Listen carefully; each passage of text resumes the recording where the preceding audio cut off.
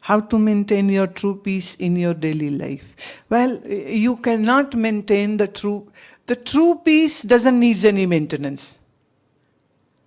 That which needs a maintenance is a farce, is a lie.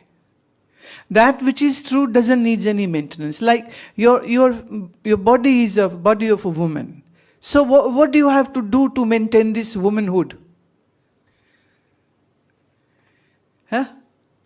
Is there something you need to do? Or you can say, oh, I comb my hair and make a plait. Well, that doesn't just depend on them. So many men who make these ponytails and plaits. But this pleated hair isn't sign of a woman. So you are a woman, that's it. You don't have to do anything. Let's say if somebody is like a transgender, a transvite, so a man is dressed up like a woman and a woman is dressed like a man. I remember I was in Miami in my first visit. They took me to this, I think so it's called Ocean Road. You know, this is a road going on and there's all these clubs and hotels are there. So they said, we want you to see this very famous area. So we just drove through that. So at one point,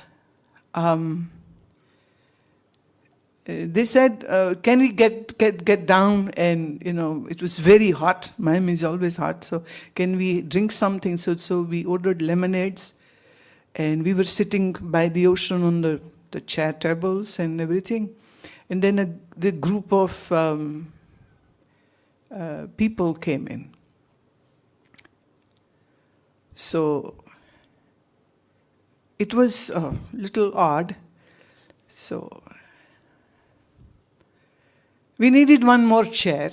There were this group of people who were approaching. There was a group of people, you know, sitting in a group of 2 or 3. And so we were just looking from where we can have a chair. And this gentleman, my host, he goes, ma'am, can I take this chair? Is it free? And I'm not ma'am. I'm a mister. But he never looked like a mister.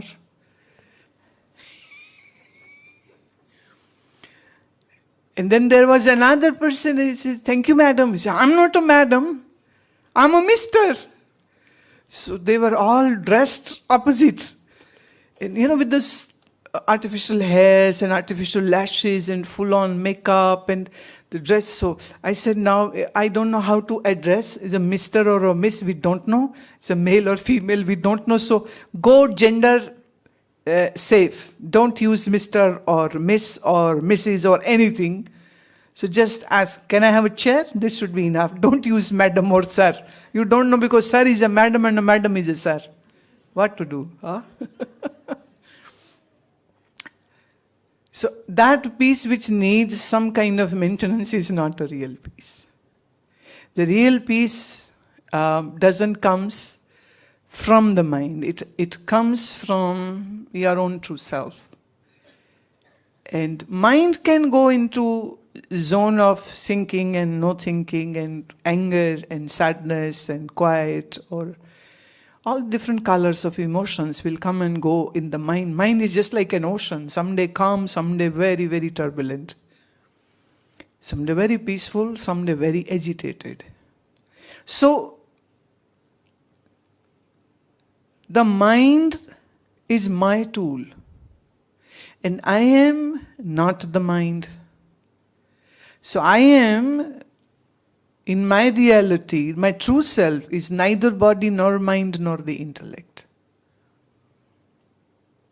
And Satchitanand, truth blissful, is my true reality.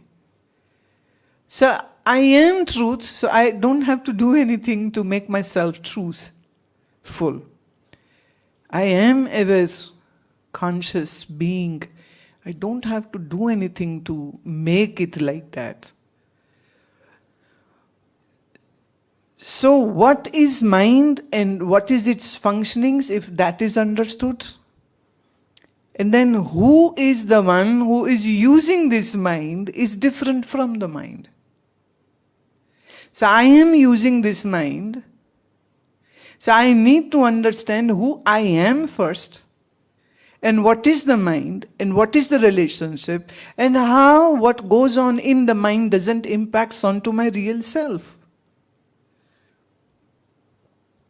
The biggest mistake, the biggest, I would say, darkness of the mind is this, where you see yourself as the body. And I am not body, and I am separate from the body. And similarly, this true self is not the mind, is separate from the mind. So you need to explore your own true self. You need to encounter the reality of your own true self. And about the mind, it will be as we will train it to be. Why mind gets agitated? Let's say, when there is a desire which you have and that desire doesn't get fulfilled, then the mind is agitated. When we expect something and that doesn't comes the way we wanted it, mind will be upset. Disease, sickness, death, we don't want it, it comes, mind gets agitated. We all want to be rich and happy and young and beautiful, but this doesn't stay as such. Hence, the mind gets agitated, and we lose our peace here and there and here and there and all the times. Everything is going right, then something goes bonkers. Then you don't know what to do, how to deal with that. So,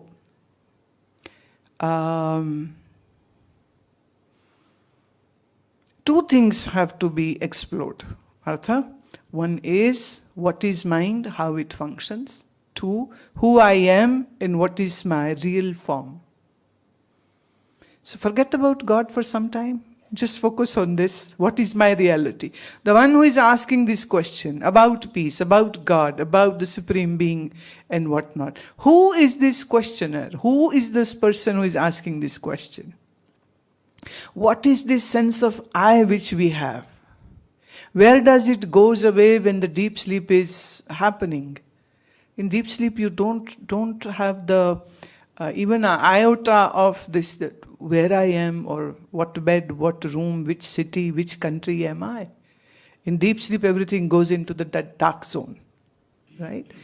No, you don't recollect anything. It's only when the consciousness comes out of the sleep, then you, okay, I am in Gannor. Okay, I am in this new place. So, the reality of the self is to be understood first.